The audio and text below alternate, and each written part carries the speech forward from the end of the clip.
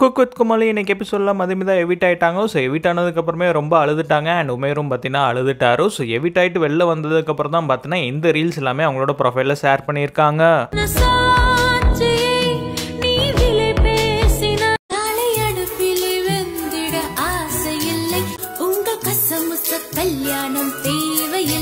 இந்த ரீல்ஸ் எல்லாத்துலேயுமே cook with கோமாளியை attack பண்ணுற மாதிரி தான் போட்டிருக்காங்க. ஸோ அவங்க வந்து கண்டிப்பாக வந்து பார்த்தீங்கன்னா இந்த எலிமினேஷன் அன்ஃபேர்னு சொல்லிட்டு ஃபீல் பண்ணுறாங்க. ஸோ அதன் விளைபாடாக தான் பார்த்தீங்கன்னா இந்த ரீல்ஸை பார்க்க முடியுது. இந்த மாதிரி மதுமிதா அன்ஃபேராக எவிட் ஆகிறது ஃபர்ஸ்ட் டைம் கிடையாது. ஸோ ஆல்ரெடி பார்த்தீங்கன்னா பிக் பாஸ் 3rd சீசனில் பெரிய கான்ட்ரவர்சியோடு எவிட் ஆயிருப்பாங்க. அண்ட் வெளியில் வந்து பெரிய பிரச்சனையாச்சு.